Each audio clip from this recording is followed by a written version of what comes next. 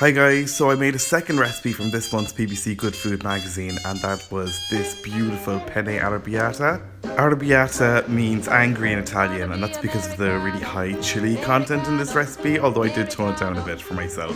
This dish really is incredibly easy and full of flavour as well, from garlic, chilies and tomatoes. I topped it with this pangrattato, which is just a fancy word for crispy breadcrumbs. Or maybe not a fancy word, but an Italian word. It's vegetarian too, and can be thrown together from loads of ingredients that you probably already have in your kitchen. Perfect. Start off by chopping up 2 cloves of garlic, and then adding the leaves from a small bunch of thyme, probably 2 or maybe 3 tablespoons. Then add the garlic and thyme to a food processor to blitz up with 100 grams of crusty white bread. I'm using sourdough here, but you could use ciabatta or a French baguette would be good. At a push, you could use some white sliced pan. Whatever you use, just tear it up into chunks before you add it to the processor and blitz it up until you get coarse breadcrumbs. Next, chop up your chilies. Jamie Oliver submitted this recipe to BBC Good Food magazine, and he says to use 3 or 4 red chilies. I de-seeded them and only used the 3 because I thought 4 would just blow my head off. I don't really have a high tolerance for heat at all, especially since I gave up smoking. So I just used 3 and it was actually totally manageable. Next time I think I'll probably use 4. So I just gave them a very rough chop before I roughly chopped some garlic. The recipe requires 6 cloves, but I used 8 here because I love garlic so much and I can't get enough of it. I just coarsely chopped these to give a little bit of a hand to my mezzaluna. Mezzaluna is Italian for half moon, which describes the shape of this blade. And you can just run them over back and forth. It takes no skill at all, and you can really finely chop a lot of things this way. It's very easy, and you're guaranteed to not cut yourself. But if you don't have one of these, just finely chop them however way you can.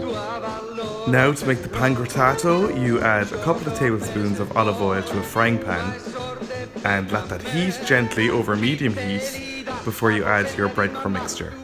Stir them often and give them maybe 4 or 5 minutes in the pan until they take on a darker colour, and they'll feel an awful lot more crispy as you stir them, and they'll also look like they're no longer clumped together, they're more dry and loose.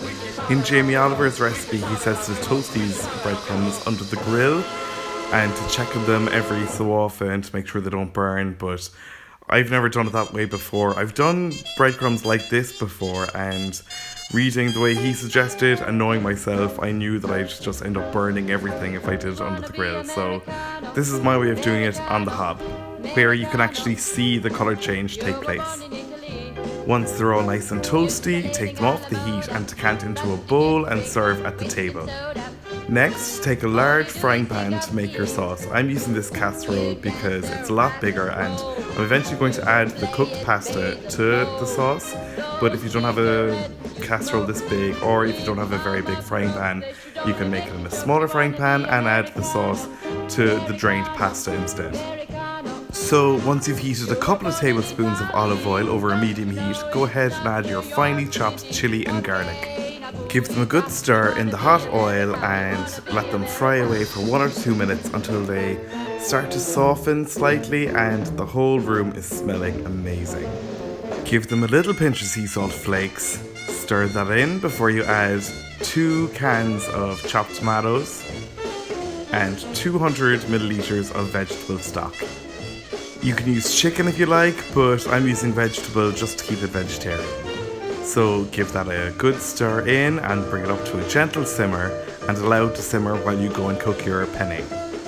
To do that, I brought a pan of salted water to the boil before I added 400 grams of dried penne. I then let it boil for about 20 minutes, stirring occasionally, but read the packet instructions because every packet is different. When it's almost done, siphon off about a cup of that starchy pasta cooking water. This will help to loosen your sauce once you add the pasta to it, if needs be. Once it's done, take it off the heat and strain it. Then give your arrabbiata sauce 1 more stir before you add the pasta to it, and stir it all up so it's all nice and combined. Now you're going to take the most of your basil leaves and tear them all up and add them to the pasta, keeping just a few of the prettier leaves to garnish the plates. Now mix all that in and serve at the table family style. This recipe is supposed to feed four, so load up each bowl with penne, followed by those prettier basil leaves, a generous scattering of finely grated parmesan, and a couple of tablespoons of that gorgeous crispy crunchy pan grattato. The recipe calls for a little drizzle of extra virgin olive oil over each bowl, but I totally forgot that, so don't you forget it. So that's it, it's as easy as that, really simple, really quick, totally delicious. I really hope you try this at home, it's definitely worthwhile. If you do, be sure to let me know how you get on. You can do that by letting me know in the comments section below, or you can find me on social media. All the links to my accounts are in the description below, as is the link to my blog where you'll find the full recipe at www.rookiecook.org.